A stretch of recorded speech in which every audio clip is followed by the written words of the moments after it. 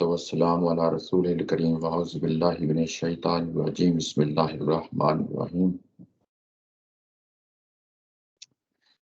پچھلی دفعہ ہم نے آیا نمبر 242 تک پڑھ لیا تھا، اس کے بعد بلکہ 243 تک پڑھ لیا تھا۔ نئے سیکشن کی ایک ہی آیا پڑھ پائے تھے اور ٹائم ہمارا ختم ہو گیا تھا۔ آج ہم آیا نمبر 243 ہی سے آغاز کر رہے ہیں کیونکہ مضمون بڑا اہم ہے اور نیا سیکشن سٹارٹ ہو رہا ہے، نئی فصل سٹارٹ ہو رہی ہے۔ یہ فصل اور سیکشن کیا ہے؟ یہ ہر سورہ کے اندر جب مضامین آگے بڑھتے ہیں ایک ابتدائیہ ہوتا ہے، یہ تو آپ کو معلوم ہے، اور ایک اختتامیہ ہوتا ہے۔ ابتدائیہ اور اختتامیہ کے درمیان مختلف مضامین ہیں جو آگے بڑھتے ہیں۔ اگر سورہ بڑی سورہ ہے جیسا کہ سورہ بقرہ ہے، یہ سب سے بڑی سورہ ہے قرآن مجید کے اندر، اس کے اندر پھر مضامین جو ہیں وہ فصلوں کی صورت میں بھی آگے بڑھتے ہیں۔ فصلیں کیا؟ یہ کہ ایک چیپٹر ہوتا ہے، اس کے اندر سب چیپٹرز ہوتے ہیں، تو فصلیں سب چیپٹرز ہی کی طرح کی چیزیں ہیں۔ اس کے اگر ہم دیکھیں لاجیکلی شروع سے لے کے آخر تک دیکھیں تو جو جتنے بھی مضامین آئے ہیں تو 4 بڑے گروپس میں ہم ان کو تقسیم کر سکتے ہیں مضامین کو۔ یہ جو تقسیم کرنے کا جو معاملہ ہے یہ خالصتاً انسانی معاملہ ہے۔ انسان ہی جہاں ہے وہ دیکھے گا ان تمام مضامین کو اور دیکھنے کے بعد فیصلہ کرے گا کہ ان تمام جو مضامین ہیں ان کو کیسے آرگنائز کرنا ہے، کیٹیگرائز کرنا ہے۔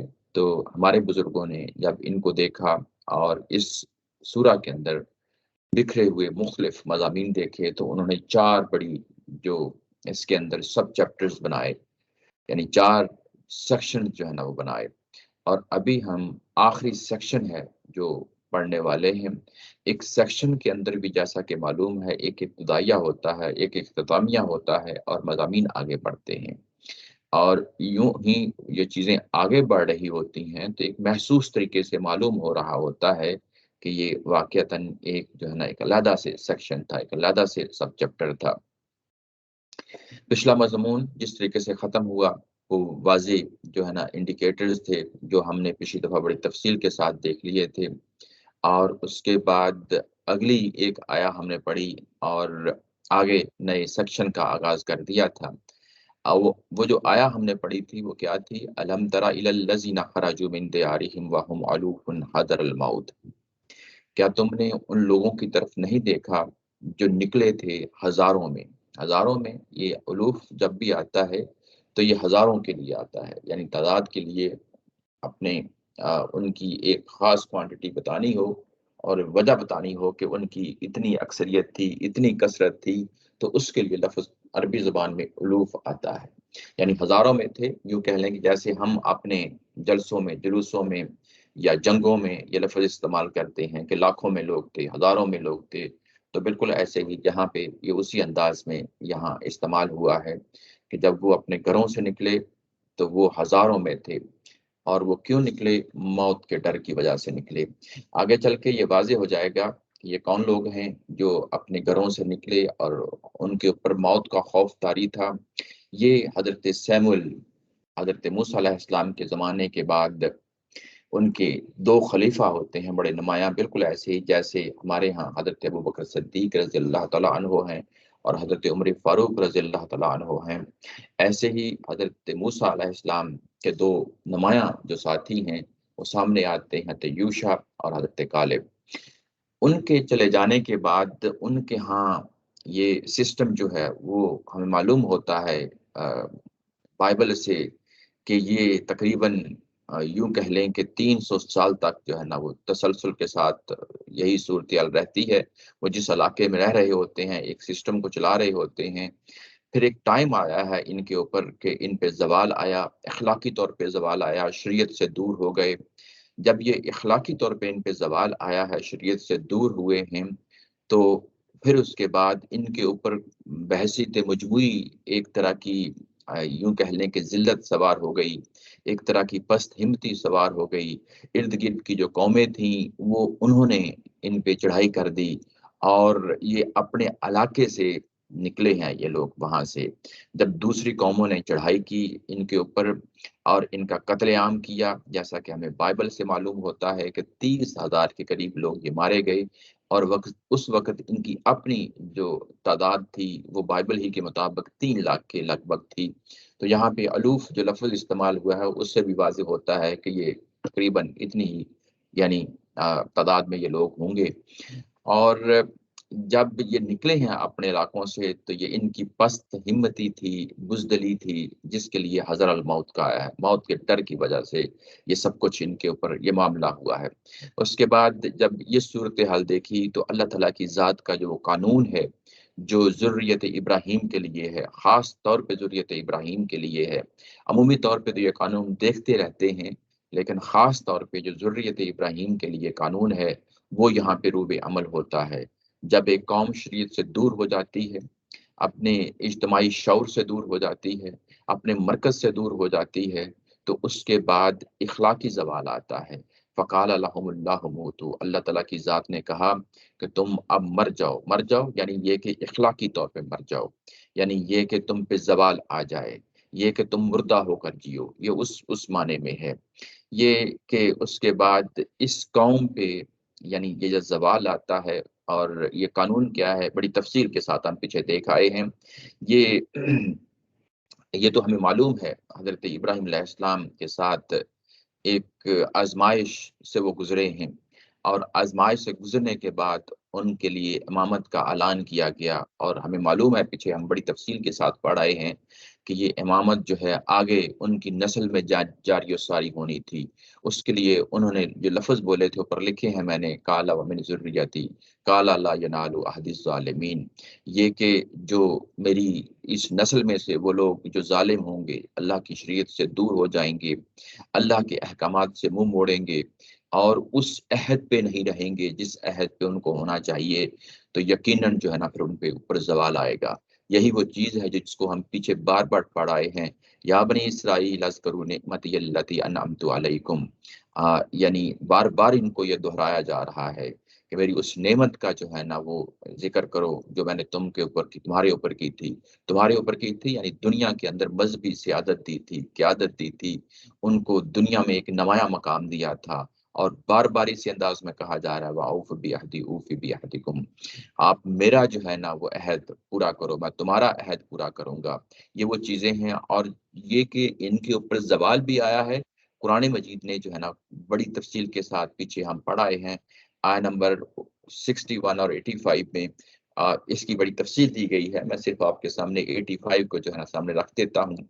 یہ کہ یہ ان سے کہا گیا تھا کہ اللہ کے علاوہ کسی اور کی عبادت نہیں کرنی، یعنی کہ شرک نہیں کرنا، والدین کے ساتھ احسان کرنا ہے، قریبی جو رشتہ دار ہیں ان کے حقوق کا خیال رکھنا ہے، یتیم و مسکینوں کے ساتھ ٹھیک معاملہ کرنا ہے، لوگوں کے ساتھ اچھے طریقے سے پیش آنا ہے، نماز کو قائم کرنا ہے، زکوٰۃ کو ادا کرنا ہے، لیکن تم یہ کام نہیں کیا۔ یہ آیہ نمبر 83 ہے۔ اس کے بعد 84 میں یہ کہا گیا کہ تم بحیثیت مجموعی تم نے اپنے معاشرے کے اندر خون، قتل، فساد برپا نہیں کرنا، لیکن تم نے وہ کام بھی کر ڈالا۔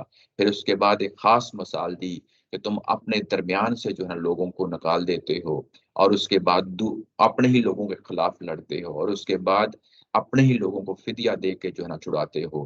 اس کے بعد آخر میں تبصرہ کیا ہے تمام شریعت کے حوالے سے، یعنی یہ بیان کر چکنے کے بعد تبصرہ کیا ہے کہ افتؤمنون ببعض الکتاب ببعض الکتاب وتکفرون ببعض، کہ تم اللہ کی اس کتاب کا، اس شریعت کا کچھ حصہ اس پہ عمل پیرا ہوتے ہو اور کچھ کو چھوڑ دیتے ہو۔ فما جزاء من یفعل ذلک منکم الا خزي فی الحیات الدنیا، جو ایسا کرے گا اس کے لیے دنیا کے اندر ہی جو ہے نا وہ ذلت ہے، رسوائی ہے، اسی دنیا کے اندر ذلت و رسوائی ہے۔ تو یہ وہ چیز ہے جو ان کے ساتھ بار بار بنی اسرائیل کے ساتھ جو ہے نا یہ معاملہ پیش آیا ہے۔ جو یہ اللہ کی شریعت سے دور ہوتے ہیں، یہ ذلت و رسوائی ان کے اوپر تھوپ دی جاتی ہے۔ یہ صرف انہی کے ساتھ خاص نہیں ہے، بلکہ پوری کی پوری ذریت ابراہیم کے ساتھ ہے یہ معاملہ۔ یہ ذریت ابراہیم والا معاملہ جو ہے اس کے اندر بنی اسماعیل بھی شامل ہے، اس کے اندر ہم لوگ بھی شامل ہیں، نہ صرف بنی اسرائیل بلکہ ہم لوگ بنی اسماعیل بھی اس کے اندر اندر شامل ہیں۔ تو جب ان کے اوپر یہ زوال آیا تو اس کے لیے کہا گیا کہ موتو، اب تم جو ہے یہ ذلت والی زندگی گزارو۔ یہ موتو کا جو لفظ ہے یہی وہ ذلت والی زندگی ہے۔ اس کے بعد ثم احیاہم، اس کے بعد نیچے اگر آپ بریکٹ میں دیکھیں تو استاد محترم نے لکھا ہے وہ برسوں اسی حالت میں رہے، یعنی یہ کہ کتنا عرصہ رہے یہ ہمیں بائبل سے پتہ چلتا ہے، تقریباً 20 سال کا یہ عرصہ ہے کہ یہ اسی زوال کے دور میں رہے ہیں اور یہ اپنے علاقوں سے نکال دیا گیا ہے۔ یہ بالکل ایسے ہی ہے جیسے جو ہے نا مکہ اور مدینہ ہمارے لیے سورہ توبہ میں جا کے دیکھیں گے کہ یہ مقدس مقامات ہیں ہمارے لیے، ان کا ہمارے لیے ایک ایریا مقرر کر دیا گیا ہے، ایک علاقہ مقرر کر دیا گیا ہے۔ جزیرہ نمائے عرب کا وہ علاقہ ہے، یہ لازمی طور پہ جو ہے نا قیامت تک کے لیے مسلمانوں کے پاس رہے گا، اور اس کے لیے جان و من جو ہے نا اس پہ قربان کریں گے مسلمان اس کی حفاظت کے لیے۔ ایسے ہی ایک علاقہ جو ہے بنی اسرائیل کے لیے مخصوص کر دیا گیا تھا، اور جب ان کو وہاں سے نکالا ہے تو یہ ان کے اس مخصوص علاقے سے نکالا ہے۔ یعنی وہ علاقہ کون سا تھا؟ وہ فلسطین کا علاقہ تھا، جو یعنی میراث کے طور پہ ان کو دے دیا گیا تھا، بالکل ایسے جیسے بنی اسماعیل کو میراث کے طور پہ پورا جزیرہ نمائے عرب دے دیا گیا ہے۔ یہ سورہ توبہ میں جا کے پڑھیں گے۔ ایسے ہی بنی اسرائیل کے بارے میں یہ معاملہ ہے کہ جب ان کو ان کے علاقوں سے نکالا گیا اور وہ تقریباً 20 سال تک جو ہے نا ان علاقوں سے دور رہے، اس کے بعد وہاں پیغمبر ہیں جو پیدا ہوتے ہیں، یہ حضرت سمیع علیہ السلام ہیں، وہ پھر نئے سرے سے اس قوم کو اٹھاتے ہیں اور دعوت دیتے ہیں، اور ان کو دوبارہ ان کا جو مقام اور مرتبہ ہے وہ ان کو یاد دلاتے ہیں۔ ان کے اندر توبہ استغفار کی جو ہے نا وہ خواہش پیدا ہوتی ہے، توبہ کرتے ہیں، استغفار کرتے ہیں، واپس لوٹتے ہیں تو پھر ان کو نئی زندگی ملتی ہے۔ ثم احیاہم، یہ وہی پہلو ہے جہاں پہ بیان کیا گیا ہے، ان اللہ لذو فضل علی الناس، لوگوں پہ اللہ تعالیٰ کا یہ فضل ہوتا ہے۔ یہ الناس سے مراد ذریت ابراہیم ہے، خاص طور پہ یہاں پہ بنی اسرائیل ہے جن کا حوالہ یہاں پہ دیا گیا ہے۔ اللہ تعالیٰ کی ذات چاہتی ہے کہ ہمیشہ وہ یعنی اسی شریعت پہ عمل پیرا رہیں، شہادت حق کی ذمہ داری ادا کرتے رہیں، اسی دین کے ساتھ جڑے رہیں، اللہ کے نمائندے کے طور پہ جو ہے نا دعوت و تبلیغ کا کام جاری و ساری رہیں، اپنے معاشروں کے اندر بھی امن سکون شریعت پہ مبنی معاشرہ قائم کریں اور دنیا تک اس دعوت کو لے کے یعنی پہنچیں۔ اس کے لیے جو ہے نا یہ اللہ تعالیٰ کی ذات یہ چاہتی ہے کہ یہ ایسے ہی رہیں، اور اس کے بعد یہ ایسے رہیں گے تو یقیناً اللہ تعالیٰ کی ذات ان کو دنیا کے اندر ایک نمایاں مقام دے گی۔ یہی وہ پہلو ہے جس کا یہاں پہ ذکر کیا ہے، ان اللہ لذو فضل علی الناس۔ اللہ تعالیٰ کی ذات چاہتی ہے کہ لوگوں کے ساتھ جو ہے نا ہمیشہ فضل کا معاملہ کرے، اللہ تعالیٰ کی ذات لوگوں کے ساتھ ہمیشہ عنایت کا معاملہ کرے، ولیکن اکثر الناس لا یشکرون، لیکن انہی لوگوں میں سے ذریت ابراہیم کی جو ہے نا نسل میں سے لوگ جو ہیں وہ اکثر جو ہے نا وہ شکر ادا نہیں کرتے، وہ یعنی اس شریعت سے بھاگتے ہیں، اس عہد نامے سے بھاگتے ہیں، اس ذمہ داریوں سے بھاگتے ہیں، اس شہادت حق کی ذمہ داریوں سے بھاگتے ہیں، اور جب یہ بھاگتے ہیں تو یہ اللہ کا شکر ادا نہیں کرتے۔ یہ جو لفظ ہے لا یشکرون، یہ اکثر مقامات پہ یعنی اسی سورہ کے اندر آیا ہے۔ میں آپ کے سامنے اس کی 2 مثالیں جو ہے نا آپ کے سامنے رکھتا ہوں، بڑی خوبصورت مثالیں ہیں۔ آیا نمبر 52 اور 56 ہے۔ 52 جو ہے اگر آپ دیکھیں تو وہاں پہ ہوا یہ ہے کہ موسیٰ علیہ السلام کے ہی دور میں یعنی انہی بنی اسرائیل میں سے کچھ لوگوں نے بچھڑے کی جو ہے نا پوجا کرنی شروع کر دی، بچھڑے کی پوجا کرنی شروع کر دی، اور اس کے بعد ہوا یہ ہے کہ دوبارہ انہوں نے جو ہے نا رجوع کیا ہے بنی اسرائیل نے، یعنی ان کے اندر توبہ اور استغفار کا دائیا پیدا ہوا ہے، دوبارہ رجوع کیا ہے، اللہ تعالیٰ کی طرف لوٹے ہیں۔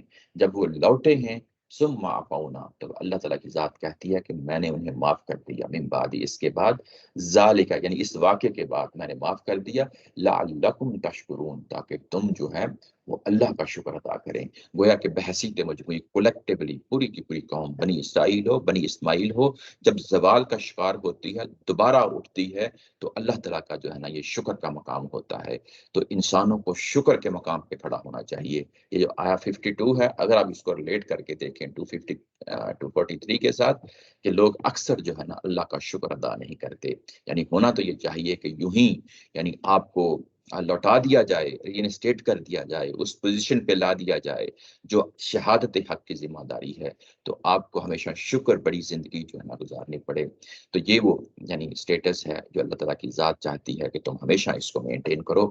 دوسری جو اگزامپل ہے وہ ہے 56 کے، یعنی 52 کے اندر بھی جو ہے وہ زوال آیا ہے، رسول کے دور میں زوال آیا ہے، اور اس کے بعد وہ اٹھے ہیں، دوبارہ اٹھے ہیں، تو ان کے لیے کہا گیا کہ لعلکم تشکرون۔ 56 میں اگر آپ دیکھیں تو وہاں پہ بھی کچھ اسی طرح کی صورتحال ہے، یعنی موسیٰ علیہ السلام اپنے جو ہے نا بنی اسرائیل کے کچھ لوگوں کو لے کے جاتے ہیں کوہ طور پہ تاکہ تورات جو ان کو ملنی ہے اس کے حوالے سے وہاں پہ کچھ معاملہ کیا جائے، لیکن انہی لوگوں نے وہاں جا کے جو ہے نا تقاضا کر دیا کہ ہم جب تک اللہ کو براہ راست اپنی آنکھوں سے نہیں دیکھیں گے تب تک جو ہے نا آپ پہ ایمان نہیں لائیں گے۔ تو اس وقت ایک ذائقہ ہے، ایک کڑک ہے جس نے ان کو آ لیا ہے، اس کے بعد یہ ایک بے ہوشی کی حالت میں چلے جاتے ہیں، جو کڑک ہے اس کی وجہ سے بے ہوشی کی حالت میں چلے جاتے ہیں۔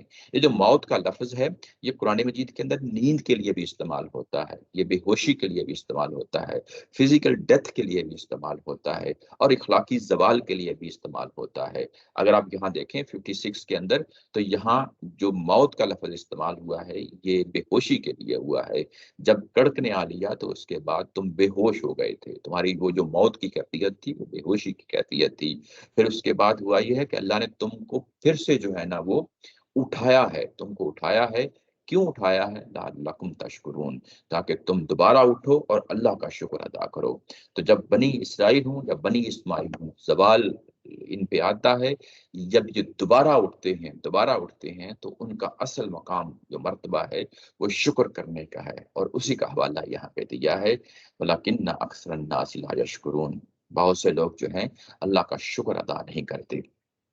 یہ ایک بنیادی سٹیٹمنٹ تھی، ایک پرنسپل سٹیٹمنٹ تھی جو یہاں پہ ہم نے دیکھی 243 کے اندر، اور اب اس کی تفصیل کی جائے گی۔ جیسا کہ میں نے کہا کہ کوئی بھی سیکشن سٹارٹ ہوتا ہے پہلے اس کو ایک فاؤنڈیشنل جو ایک سٹیٹمنٹ ہوتی ہے، وہ جو سٹیٹمنٹ ہوتی ہے اس کی بیس پہ چیزیں پھر آگے بڑھ رہی ہوتی ہیں۔ یہاں پہ اگر آپ دیکھیں تو جو اصولی طور پہ بات کہی گئی ہے وہ ان کی پست ہمتی ہے، وہ ان کی کمزوری ہے، وہ ان کی بزدلی ہے۔ اور اب مسلمانوں کو جو ہے نا جو اس وقت کی صورتحال ہے جس میں اس وقت جو ہے نا مسلمانوں کو سامنا کرنا پڑ رہا ہے، یہ جو آیا ہے یہ قتال کے حوالے سے ہے، جہاد کے حوالے سے ہے، اور کیونکہ مضامین پچھلے سیکشن کے اندر تھے اور وہ مضامین مکمل نہیں ہوئے تھے، اس لیے نئے سیکشن میں اگر آپ دیکھیں تو یہ جہاد اور قتال کا مضمون پھر نئے سرے سے آیا ہے، اور نئے سرے سے آیا ہے۔ پہلے اس کی ایک بنیادی جو ہے نا سٹیٹمنٹ دی جاتی ہے، وہ سٹیٹمنٹ یہ ہے کہ تمہارے ساتھ بھی ایک معاملہ ہے بالکل ایسے ہی جیسے جو ہے نا بنی اسرائیل کے ساتھ ایک دور میں رہا ہے، ان کا مرکز ان کے ہاتھوں سے چھن گیا تھا، ان کے درمیان نبی موجود تھے، وہ اٹھ کھڑے ہوئے اور وہ اس مرکز کو حاصل کرنے کے لیے اٹھ کھڑے ہوئے۔ اب جبکہ یہ مرکز جو ذریت ابراہیم کا اصل مرکز ہے وہ مکہ ہے، قبلہ ہے، کعبہ ہے، اس کو دوبارہ جو ہے نا وہ یعنی ذریت ابراہیم کے اصل وارثوں کی طرف لوٹانا ہے۔ اور اگر اس صورتحال میں تم بھی گر جاتے ہو اور تمہارے اندر بھی یعنی کم ہمتی اور پست ہمتی آ جاتی ہے اور بزدلی سے کام لیتے ہو تو تم بھی جو ہے نا اسی صورتحال سے گزرنا پڑے گا جس صورتحال سے بنی اسرائیل سیموئیل نبی کے زمانے میں یہ گزرے ہیں۔ اور ان کو کہا گیا کہ یہاں پہ بھی جو ہے نا گو کہ تمہاری تعداد جو ہے نا تھوڑی ہے، قطع نظر اس چیز کے ان تمام چیزوں کے، بلکہ اصل چیز یہ ہے کہ اس فضل کے زیر تحت آ جاؤ، وہ جو اللہ کی سنت ہے اس کا حوالہ دیا، لذو فضل علی الناس، اس فضل کے تحت آ جاؤ اور ہمیشہ اللہ کا شکر ادا کرتے رہو۔ اگر یہاں پہ تم نے بھی بزدلی دکھائی تو وہ وہی معاملہ ہو جائے گا، تمہارے اوپر بھی اخلاقی زوال آ جائے گا، گو کہ تمہارے درمیان اللہ کے رسول موجود ہیں، اللہ کے رسول موجود ہیں، تمہارے اوپر وہ زوال آ جائے گا۔ پھر اس کے بعد ظاہر ہے وہ معاملہ کب ہوگا یہ نہیں معلوم، لیکن اس وقت تمہیں اس پست ہمتی سے نکلو، اس بزدلی کی کیفیت سے نکلو، بحیثیت مجموعی مسلمانوں کو کہا جا رہا ہے۔ اور وہ جو تمہیں مکہ کا ٹارگٹ دیا جا رہا ہے، قبلہ کا ٹارگٹ دیا جا رہا ہے، بیت اللہ اور بیت الحرام کا جو ہے ٹارگٹ دیا جا رہا ہے، جس کے لیے پیچھے ہم نے تفصیل کے ساتھ سکھائے ہیں، اگلی آیا بھی اسی چیز کے حوالے سے ہے۔ اگلی آیا 244 سٹارٹ ہوتی ہے جو آج کا جو ہمارا مضمون ہے پچھلا، تو میں نے ویسے اس کو کیونکہ پچھلی دفعہ ہم نے اس کو تفصیل کے ساتھ نہیں دیکھا تھا، میں نے دوبارہ اس مضمون کو اٹھایا ہے۔ آگے جو آیا آتی ہے وہ اسی سے متعلقہ ہے۔ اب مضمون آگے بڑھے گا، مضمون آگے بڑھے گا، اور جو پچھلی اسٹیٹمنٹ تھی 243 وہ بالکل ابتدائیہ تھا۔ اب اس ابتدائیہ سے پھٹے ہوئے مضامین آگے بڑھیں گے، اور اس کو بیس بنا کے مسلمانوں کو کہا جا رہا ہے، یعنی پچھلی آیا کو بیس بنا کے کہا جا رہا ہے وَقَاتِلُوا فِي سَبِيلِ اللَّهِ وَاعْلَمُوا أَنَّ اللَّهَ سَمِيعٌ عَلِيمٌ، اور اللہ کے راستے میں لڑو، اللہ کے راستے میں لڑو، اور جان رکھو کہ اللہ سمیع بھی ہے اور علیم بھی ہے۔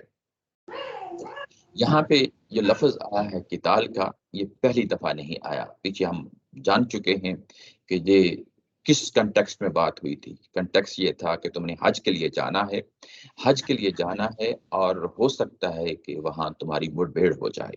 مٹ بھیڑ ہو جائے کن کے ساتھ؟ جو مکہ کے لوگ ہیں، مشرکین مکہ کے ساتھ ہو جائیں، وہ تمہیں حج نہ کرنے دیں۔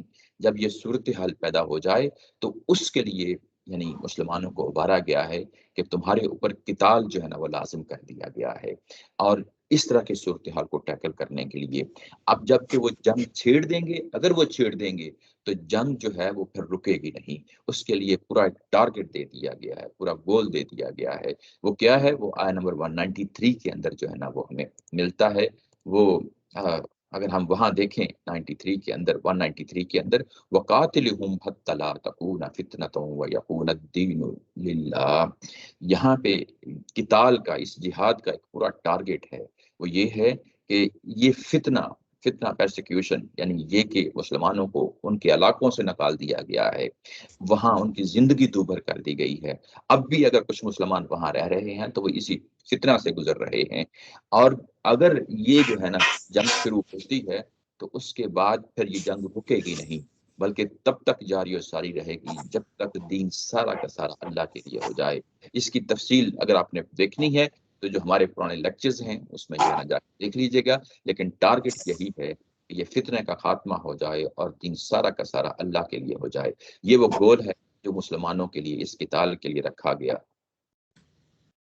یہ مائکس جو ہے نا میوٹ کر لیا کریں، آواز آتی رہتی ہے۔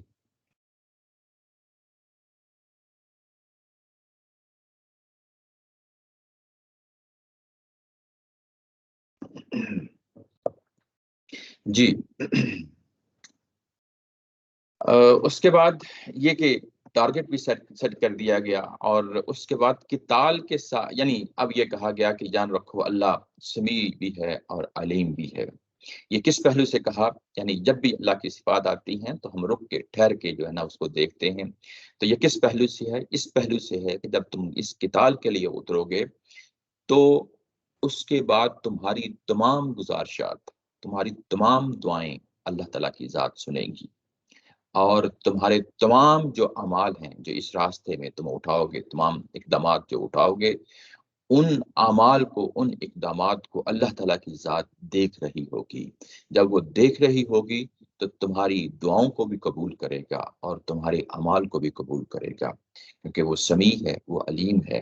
وہ ان کے انجام تک پہنچائے گا، وہ ان کو اس عنایت تک پہنچائے گا، اس فضل تک پہنچائے گا جو پیچھے 243 میں ہم نے پڑھا ہے۔ اور جب وہ پہنچائے گا تو یہ ظاہر ہے مسلمانوں کو کہا جا رہا ہے، اہل ایمان کو کہا جا رہا ہے۔ اس کے بالکل مد مقابل میں جب اس طرح کا جو ہے نا مضمون ہو تو ہم اس کا بالکل تقابل کر کے دیکھ لیتے ہیں کہ دوسرے لوگوں کے بارے میں کیا معاملہ ہو سکتا ہے۔ پاسبلی یہ کہ ان کی دعائیں سنیں گا اور ان کے اقدامات کو جو ہے نا وہ ریوارڈ دے گا، ان کو یعنی ایک اچھے نتائج تک پہنچائے گا۔ تو دوسرے لوگ جن کے ساتھ ظاہر یہ معاملہ ہونا ہے تو ان کی دعاؤں کو رد کرے گا، اور ان کی جو ہے نا جو بھی وہ کام کریں گے ان کو یعنی کہ ان کا کلا کما کرے گا۔ یعنی ان تمام پہلوؤں کو ان چیز میں سامنے رکھ کے چلنا چاہیے۔ اچھا، اس کے بعد یہ دوسرا پہلو ہے، یعنی جہاد اور قتال کے ساتھ جڑا ہوا پہلو ہے، وہ انفاق فی سبیل اللہ کا ہے۔ یہ مضمون بھی پیچھے بڑی تفصیل کے ساتھ جب ہم نے قتال کا جو ہے نا مضمون پڑھا ہے، ساتھ ہی اس کے ساتھ جڑا ہوا، اسی کے ساتھ لگا ہوا ایک اور مضمون ہے انفاق کا۔ بالکل جیسے وہاں یہ یعنی مضمون اکٹھے آ رہے ہیں، بالکل ویسے ہی یہ مضمون یہاں پہ بھی اکٹھے یعنی آ رہے ہیں۔ یہی قتال کے اور قتال کے ساتھ جو ہے انفاق فی سبیل اللہ کا مضمون، من ذا الذی یقرض اللہ قرضا حسنا، جو بھی یعنی اللہ کو قرض دے گا قرض حسنہ کی صورت میں، فیضاعف لہ، تو اللہ تعالیٰ کی ذات اس کو بڑھا دے گی، لہ اضعافا کثیرا، اس کو یعنی بہت زیادہ یعنی اس کو بڑھا دے گی، بڑھا چڑھا کر اس کو بڑھائے گی، اس کو کئی گنا بڑھا دے گی۔ یہ یعنی اضعافا کثیرہ کا مطلب ہے کہ اس کو کئی گنا بڑھا دے گی، واللہ یقبض ویبسط والیہ ترجعون۔ اور جو کوئی گریز کرے تو اسے معلوم ہونا چاہیے کہ اللہ ہی ہے جو تنگی بھی کرتا ہے اور فراخی بھی، اور تم کو ایک دن اسی کی طرف لوٹنا ہے۔ یہاں پہ جو یہ ساتھ ہی یعنی قتال کے ساتھ یعنی اس قتال کے لیے لازمی ہے، یعنی جب جنگیں ہوں گی اس کے لیے اخراجات جو ہے نا اٹھیں گے۔ اب اخراجات پورے کرنے ہیں، اس کے لیے مسلمانوں کو ابھارا جا رہا ہے کہ جان کی قربانی کے لیے بھی تیار ہو جاؤ، جو کہ قتال کی صورت میں ہوگا، اور مال کی قربانی بھی جو ہے نا دو۔ اور مال کی قربانی جب دو گے، ان جنگوں کے لیے دو گے، پیچھے اگر ہم یہ مضمون دیکھیں تو یہ مضمون 3 جو ہے نا جگہوں پہ ریپیٹ ہوا ہے، وہ کہ 195 میں اور 215 میں اور 219 میں۔ اگر ہم وہاں دیکھیں تو جب پہلی دفعہ یہ آیا آئی ہے، وَأَنفِقُوا فِي سَبِيلِ اللَّهِ وَلَا تُلْقُوا بِأَيْدِيكُمْ إِلَى التَّهْلُكَةِ، یعنی یہ کہ اللہ کے راستے میں خرچ کرو۔ نیچے اگر ترجمے میں دیکھیں تو استاد محترم نے اس کو لکھا ہے، اور اس جہاد کے لیے اللہ کی راہ میں انفاق کرو، اور اسے گریز کر کے اپنے آپ کو اپنے ہی ہاتھوں سے اپنے آپ کو ہلاکت میں نہ ڈالو۔ یہ جو بات ہے یہاں پہ یعنی پہلی دفعہ یہ کہی گئی، اور اس کے اندر ایک طرح کی جو ہے نا وہ بات بھی کر دی گئی کہ ہو سکتا ہے کہ تمہارے اندر کچھ لوگ جو ہے نا پیچھے ہٹیں، گریز کریں، اور اس گریز کرنے کی صورت میں جو ہے نا ایک وارننگ بھی دے دی کہ اپنے ہی ہاتھوں اپنے آپ کو ہلاکت میں نہ ڈالو۔ اس کے بعد دوسری دفعہ جو ہے نا یہ مضمون یعنی اسی پہلو سے آیا ہے، اسی یعنی قتال کے حوالے سے آیا ہے، یسألونک ماذا ینفقون، کہ اب ہم کیا خرچ کریں۔ ان کو بتایا گیا کہ جو بھی مال کے لیے خرچ کرو گے، اس وقت نئی نئی حکومت قائم ہوئی ہے، جنگوں کے لیے بھی یہ پیسہ استعمال ہونا ہے، اور تمہاری اپنی ویلفیئر کے لیے بھی یہ استعمال ہونا ہے، تمہارے اپنے والدین کے لیے، تمہارے اقربا کے لیے، تمہارے اپنے یتیموں کے لیے، یہ جنگوں کی صورت میں یہ یتیم بن جائیں گے، اور مساکین کے لیے اور مسافروں کے لیے، اور جو کچھ بھی تم جو ہے نیکی کا کام کرو گے اللہ تعالیٰ کی ذات اس کو جانتی ہے۔ یعنی یہ دوسری دفعہ جب انہوں نے سوال کیا تھا تو اس وقت جو ہے نا اللہ تعالیٰ کی ذات نے جواب دیا۔ اس کے بعد تیسری دفعہ جو ہے نا انہوں نے کہا کہ ہم کتنا پھر خرچ کریں، تو اس کا جواب ملا تھا، یہ آیت نمبر 219 میں ہے، تو اس میں کہا تھا وَيَسْأَلُونَكَ مَاذَا يُنْفِقُونَ، ہم کس حد تک خرچ کریں۔ ان کو جواب ملا تھا کہ جو کچھ بھی ضرورت سے زیادہ ہے، جب ظاہر ہے اس وقت جو صورتحال ہے اس میں آگے بڑھ چڑھ کر جو ہے نا قربانی دو، اور جو کچھ بھی تمہارے پاس ضرورتوں سے زیادہ یعنی گھر کی ضرورتیں ہو سکتی ہیں، بچوں کی ضرورتیں ہو سکتی ہیں، کاروبار کی ضرورتیں ہو سکتی ہیں، ان کے بعد جو کچھ بچ جاتا ہے وہ سارا کا سارا اللہ کے راستے میں دے دو۔ یہ 3 جگہیں ہیں جو اس سے پہلے بڑی تفصیل کے ساتھ جو ہے نا یہ معاملہ آیا ہے۔ اب چوتھی دفعہ یہاں پہ جو ہے نا پھر سے مسلمانوں کو، اہل ایمان کو ابھارا جا رہا ہے۔ اب یہاں پہ جو جو چیز پیش کی جا رہی ہے بڑی خوبصورت تعبیر ہے کہ اللہ کو قرض دو، اللہ کو قرض دو، یعنی یہ کہ قرض کیا چیز ہوتی ہے؟ قرض جب آپ انسانوں کو دیتے ہیں تو کچھ مدت کے بعد آپ نے لوٹانا ہوتا ہے، واپس کرنا ہوتا ہے، تو یہاں پہ بھی وہی تعبیر جو ہے نا استعمال کی گئی ہے۔ گو کہ اللہ تعالیٰ کی ذات کو کیا ضرورت ہے اس قرض کی، وہ تو بے نیاز ہے، لیکن اللہ تعالیٰ کی ذات انسانوں کے لیے راستے نکالتی رہتی ہے تاکہ انسان آگے بڑھیں۔ اس کو تو خود ان چیزوں کی ضرورت نہیں ہے، یہ انسانوں کو ضرورت ہوتی ہے، انسان آگے بڑھیں اور نیکی کریں، اور اپنے لیے یعنی آخرت میں جو ہے نا اعلیٰ سے اعلیٰ درجات حاصل کرنے کی کوشش کریں۔ تو یہ ایک اس تعبیر میں یہ بات کہی گئی ہے کہ قرض دو گے، اور قرض حسنہ کا یہاں پہ لفظ استعمال ہوا ہے، یعنی ایک خوبصورت قرض۔ اب یہ خوبصورت قرض کیا چیز ہوتی ہے؟ نیچے جو ہے نا وہ اگر آپ دیکھیں اس کو تو یہ جو قرض ہے، یہ قرض حسن جب کہا گیا کہ خوبصورت جو ہے نا قرض دو، تو یہ کس نوعیت کا قرض ہوتا ہے؟ اس کے 4 پہلو تو انسانی شخصیت کے ہیں، ایک پہلو مال کا ہے۔ 4 پہلو جو انسانی شخصیت کے ہیں وہ کون سے ہیں؟ کہ یہ دل کی تنگی سے نہ دیا جائے، دل کی تنگی سے نہ دیا جائے، بلکہ پوری فراخ دلی کے ساتھ، فیاضی کے ساتھ، حوصلے کے ساتھ دیا جائے، یہ ایک پہلو ہے۔ یعنی دل کی تنگی نہیں ہونی چاہیے، یعنی جس کام کے لیے یہاں پہ لوگوں کو کہا جا رہا ہے کہ انفاق فی سبیل اللہ کرو، وہ دل کی تنگی سے نہیں ہونا چاہیے۔ دوسرا پہلو یہ ہے کہ یہ ریا اور کوئی نمود و نمائش کے لیے نہ دیا جائے، بلکہ خالصتاً اللہ کی خوشنودی کے لیے دیا جائے، یہ دوسرا پہلو ہے۔ تیسرا پہلو یہ ہے کہ دنیوی تماں کے حصول کی غرض کو سامنے رکھ کر نہ دیا جائے، بلکہ صرف اور صرف آخرت کے اجر کو سامنے رکھ کے دیا جائے، یہ تیسرا پہلو ہے۔ چوتھا پہلو یہ ہے کہ ناجائز ذرائع سے حاصل کیے ہوئے مال سے نہ دیا جائے، بلکہ جو حلال کمایا ہوا، اپنی کمائی سے کمایا ہوا جو مال ہے وہ اللہ کے راستے میں دیا جائے۔ یہ چار پہلو جو ہیں یہ انسانی شخصیت کے حوالے سے ہیں، یعنی یہ کہ دل کے اندر کوئی تنگی نہ آئے، یہ کہ نمود و نمائش نہ ہو، یہ کہ کوئی دنیوی تما نہ ہو، یہ کہ کوئی ناجائز ذرائع سے حاصل ہوا مال نہ ہو۔ چوتھا جو پہلو ہے وہ مال کے بارے میں ہے کہ مال بہترین مال ہونا چاہیے، اچھا مال ہونا چاہیے، یہ نہ ہو کہ حقیر مال اٹھا کے جو ہے نا تم دے دو۔ تو یہ سارے پہلو سامنے رکھو، تو اس کے لیے ظاہر ہے کہ یہ انفاق فی سبیل اللہ کے لیے بھی، اور خاص طور پہ جب یہ لفظ استعمال ہوا ہے قرض حسنہ کا، تو اس کے لیے یہاں پہ یہ لفظ استعمال ہوا ہے۔ یہ ایک اس کا پہلو ہے۔